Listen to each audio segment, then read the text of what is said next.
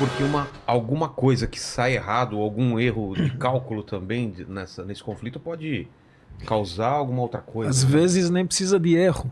Às vezes basta a mídia que vimos essa semana pegar e colocar uma coisa que não necessariamente é fato e colocar isso como um estupim para outras coisas. O que aconteceu essa semana com o caso do hospital, que se demonstra em fatos hoje que não foi Israel que bombardeou. Temos esse veredito já? Tem esse veredito pela todos os serviços de inteligência da Europa, dos Estados Unidos, que pegaram todos os filmes. É Al Jazeera. Eles postaram de novo um vídeo. A gente entende só para o pessoal entender o contexto. Isso acontece, inclusive a gente fez o debate acontece uma ou 2 horas depois dessas notícias começarem a sair. Primeiro se fala... O Thiago e o André se falam. Não foi... Primeiro se fala que foi um míssil de Israel que atingiu e foram 500 pessoas mortas. Isso. E depois?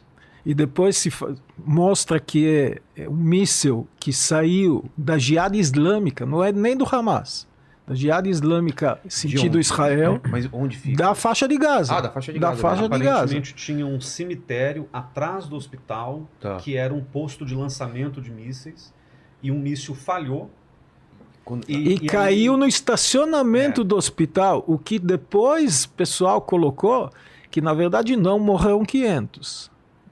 Morreram muito menos, porque não pode ser por metro quadrado num estacionamento que aconteceu isso. Então é uma guerra também de a guerra de fake news que a gente já está falando nisso há anos, ela mata pessoas.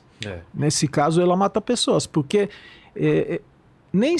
vamos falar, hipótese, que Israel lançou esse míssil, mas tem o direito normal de um ser humano, para você condenar alguém, primeiro você tem que investigar, trazer as provas, julgar, e aí você condena e pune. O tribunal da internet, ele demorou 15 segundos. E olha que eu participo de grupos de jornalistas, de gente de peso nesse país.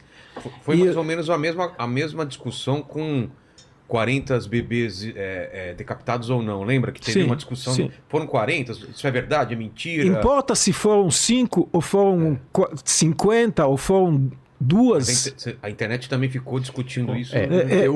Eu acho que isso hoje faz parte do nosso debate. Eu acho que ainda...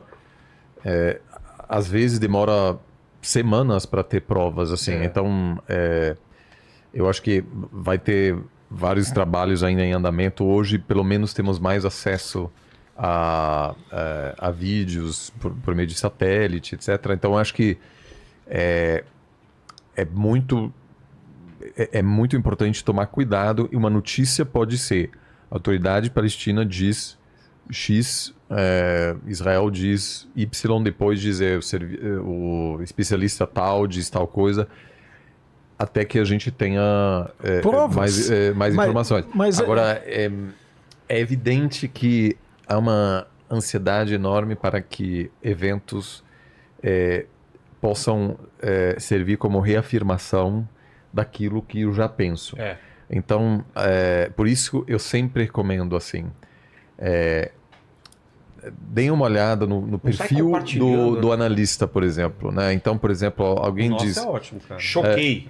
Calma, se saiu na choquei, calma. Não, então, assim, por exemplo, a pessoa tem uma visão mais parcial, ela é radicalmente pró um lado, então ela vai interpretar tudo o que acontece a partir dessa perspectiva.